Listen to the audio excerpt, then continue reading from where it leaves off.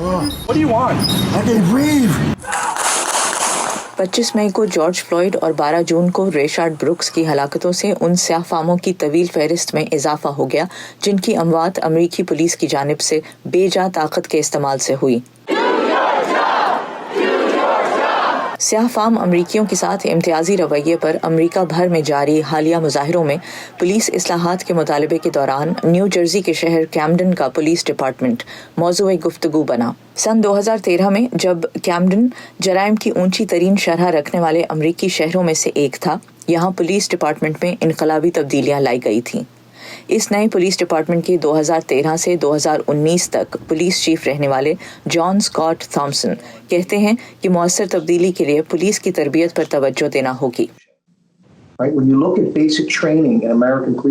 Police की बुनियादी तरबियत में 40 घंटे अफसर को पिस्तौल चलाना सिखाया जाता है और 8 घंटे से भी कम वक्त में उससे गुरेज करना सिखाते हैं।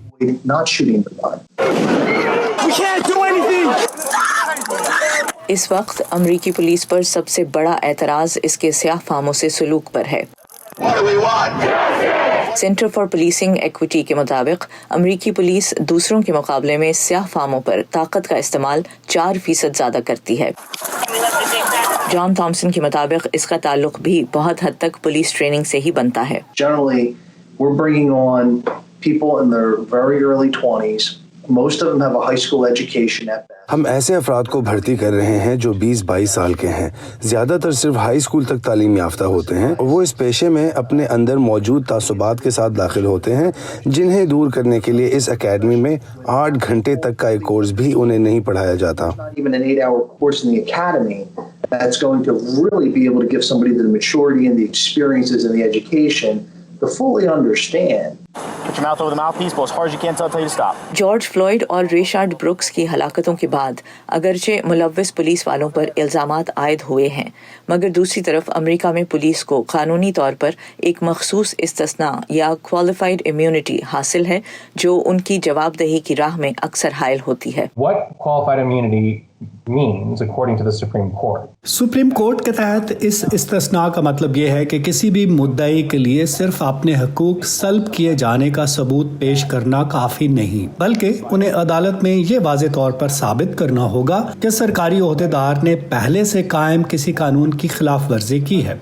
और यही वो सख्त तरीन मायार है जिसको पाना इंतहाई मुश्किल है। जब मुद्दई अपने हकूक की खिलाफ वर्जी की शिकायत लेकर आता है तो अदालत इससे पहले इन ही हालात में इसी किस्म की ज्यादती के किसी और वाक़े की मिसाल मांगेगी, और अगर कोई ऐसा केस ना मिले तो अदालत कहेगी हाँ आपके साथ ज्यादती ज़रूर हुई, लेकिन इस तरह की ज्यादती किसी और के साथ इन हालात व वाक़यात में नहीं हुई, लिहाजा केस खारिज कर दिया जाएगा।